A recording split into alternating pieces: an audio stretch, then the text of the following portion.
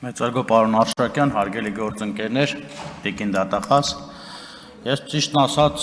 ընդհանրապես սովորություն չունեմ մարդկանց հետևից խոսալ, կուզեի այստեղ նստած լինեին, որ իրենց աչքերի մեջ նայի ու ասեի ինչ եմ մտածում, իմ ելույթի իմաստով, ես կուզեմ կարճ խոսել երեկվա այստեղի դեպքերի մասին. Ժորժ ջան, ուրեմն ես մի հատ հետաքրքիր բան եմ նկատել, օրինակ սատանաները ընդհանրապես խաչը տեսնելից հոգեվարքի մեջ են ընկնում, մեր ընդդիմությունն էլ վարչապետ Նիկոլ Փաշինյանն է տեսնում, ընկնում հոգեվարքի մեջ, չգիտես ինչի, ու ասենք անընդհատ մանիպուլացնում են ու անընդհատ հրահրում են եւ այլն, այ ասում են, տեսեք, Տիկին դատախազ, օրինակ ես քաղաքական իմաստով կասեմ, որ գիտեք ինչի, օրինակ մեր ռեյտինգը քիչ իջել է, որովհետև օրինակ ժողովուրդը մեզանից պահանջում են նախկին թալանչիներին ձերբակալել, նախկին թալանչիների ապօրինի գույքը վերցնել, ինչքան էլ իրենց բացատրում են, որ դա իրավական գործընթաց է, դա փուլերով է անցնում, մեկը Հայաստանի Հանրապետության քաղաքացու պահանջը այդ մեկն է։ Հիմա այստեղից որ ասում են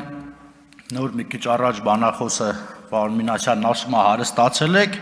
հա,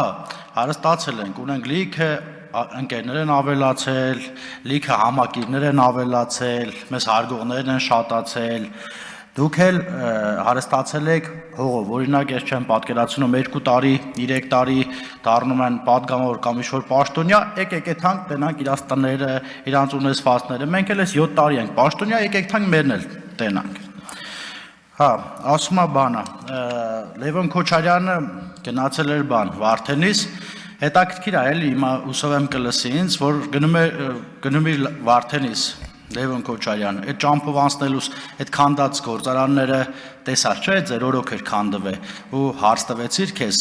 ինչի, որ գնացիր Վարդենիս, ասեցիր, որ իրանց հիվանդանոցն ուզում էիք փակեիք, որովհետև քիչ մարդեր սպասարկում, ասեցիք թե չէ, եթե չասեցիք, մենք անպայման կասենք, օրինակ, երբ որ այդ ճանապարհով գնում էիք, մենք էինք սարքել, մեր իշխանությունը, ձեր իշխանության ժամանակ դες ճանապարհ չկար, կամ որ այդ Սևանի լճի ափով անցնում էիք, չէիք տեսնում այդ օրինակ ձեր թիմակիցների դղյակները, այդ դղյակից մինչև սարքենք, այս աշխատավարձով հաշվարկել եմ երեք, մոտապես պետք է 157 տարի ապրեմ, որ կարողանամ մի հատ այդպես տուն սարքել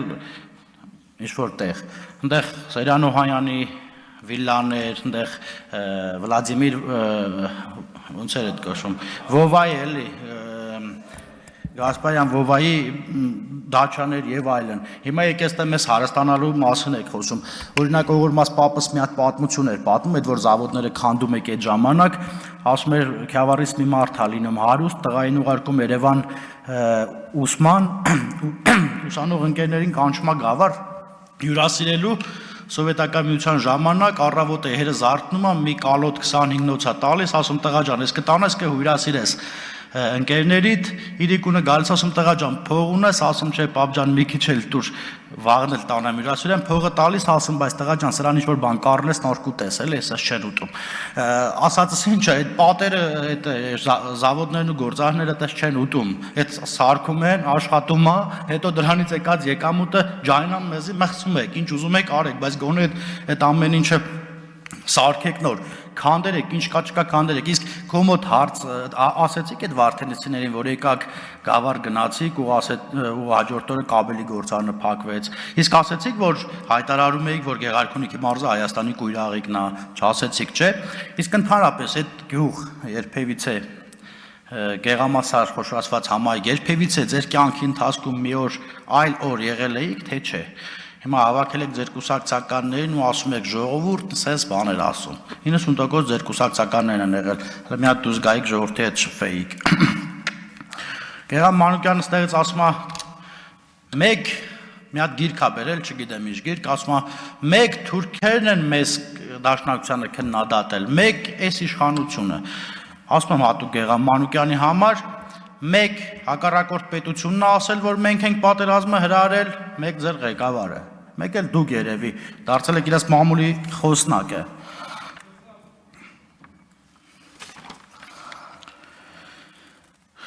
Ասում եմ մամուլը ձերն է։ Այ Ժորժ ջան, կամ 1 կամ 2 թերթ, ես իմ ելույթները գցում կամ չի գցում, սա օրը մամուլը ձեզ գովում է, մեզ կլնգում է, այս մամուլը տվեք ինձ, հաջորդ ընտրություններին 7, քանի պատգամավորեք, բայց դուք 7 ձայն կտանեք, եթե այս տեմպով ձեզ կլնգեմ, ինչ որ այս մամուլը մեզ է կլնգում, դուք էլ ձեզ չեք ընտրի։ Ասում է ասֆալտի որակը վատն է, պարոն Խաչատրյանն ասում, ասֆալտի որակը վատն է, ակամայից իշեցի Կիկոսի մահը այդ դրվագը, որ ասում է լավ ծառին ցած ընկավ քարին։ Հիմա իրանք ոնց են այդ բանով են մտածել, այդ գծի մեջ են մտածել, որ եթե օրինակ մենք ասֆալտ անենք, հետո այդ ասֆալտն հաջորդ տարի կքանդվի, նորից մենք պետքա սարքենք, այնա լավա ոչ մի բան չանենք, այդ գումարը մխսենք հետա։ Ինչի մասն է խոսքը։ Հիմա Ժորժ ջան անում ենք, լավ թե վատ անում ենք։ Հիմա ինչը վատ է, գումարը չենք տրամադրում, ասաց տարածքային նախարարը, աշխատում ես, եթե աշխատում ես, ուրեմն ունես թերություններ, ու ուզում եմ Հայաստանի Հանրապետության քաղաքացիներին հիշեցնել, որ այսքան քննադատում են վարչապետին, միշտ հիշեք, Ժորժ ջան, անգործունակ մարդիկ են, քարով խփում պտղատու ծառերին, ընդհանրապես այդպես է։ Հիմա իրանք օրինակ Լևոն Քոչարյանը իր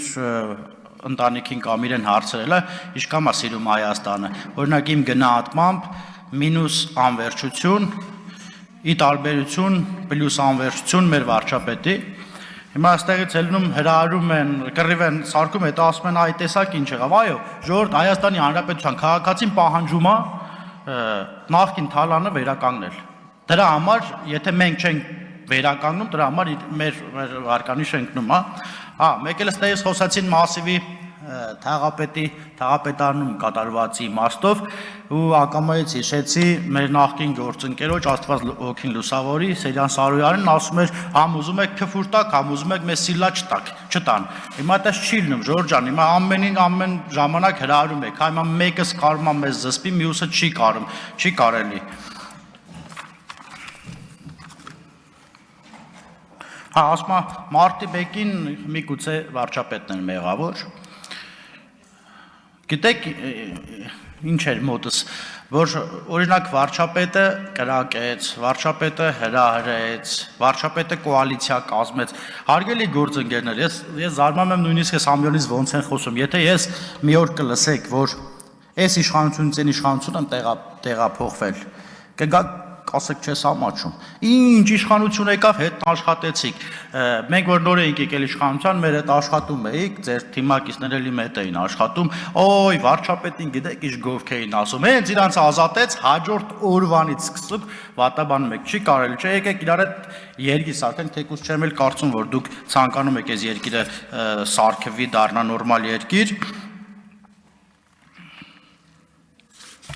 Ժորժ ջան ասում է բանա, չեմ իշում ստեղ, Մինասյանն էր ասում է, հոկտեմբերի 27-ը կարող է ճուղերով գա դառնա ձեզ բանը, հարգելի դաշնակցական ընկերներ, 2099 թվականի հոկտեմբերի 27-28-ից հետո մինչ երևի այսօր, հոկտեմբերի 27-ի մասին չեք խոսացել, այն ժամանակ երևի ձեր շեֆից էիք վախենում, հետո էլ ինչ խոսակ, հոկտեմբերի 28-ին արդեն Հայաստանի Հանրապետության քաղաքացին գիտեր ինչա կատարվել, գիտեր ով է գլխատել Հայաստանի Հանրապետությունը, ով է սպանել Սպարապետին, ով է սպանել Կարեն Դեմիրճյանին։ Եվ ուզում եմ, եթե իմ ելույթից հետո ելույթ կունենաք, եկեք ասեք, օրինակ իմ մասով, իմ ու ձեր բաժին, եթե մեր մեջ մարդ կա, որ մի թիմում է եղել, որտեղ փող են բաժանել, ու ինքը մասնակից է եղել դրան, ինքը բարոյական է, թե անբարոյական։ Հիմա իմ համար գոնե անընդունելի է, այստեղ մեզ մեղադրել հարստության մեջ։ Եկեք եթանք տենանք, ինչ երեք ձեռ բերել, 3-4 տարվա մեջ ինչ երեք ձեռ բերել։ Ասում է բանա, դու հարստացել եք, լրատվականները ձերն է, էսի ձերն է, դու թվականակով շատ եք, թվականակով շատ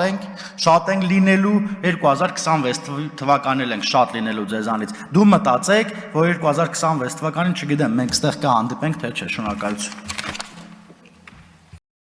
Չմոռանաք հավանել տեսանյութը և բաժանորդագրվել Civic AM-ի YouTube-յան էջին։